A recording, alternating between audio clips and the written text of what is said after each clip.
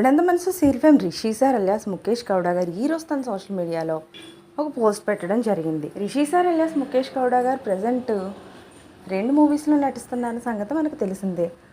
అందులో ఒకటి గీతాశంకరం కాగా మరొక మూవీ తీర్థరూప తండేవారిగా. అయితే గీతాశంకరం మూవీ హీరోయిన్ ప్రియాంక శర్మ గారి బర్త్డే సందర్భంగా ఈరోజు రిషి సార్తో పాటు డైరెక్టర్ లక్ష్మణ్ గారు కూడా హ్యాపీ బర్త్డే టు ప్రియాంక అని పోస్ట్ పెట్టడం జరిగింది. అయితే రిషి సార్ ఏమని పోస్ట్ పెట్టారంటే happy birthday Priyanka Sharma official keep shining అంటూ తను పోస్ట్ పెట్టడం జరిగింది.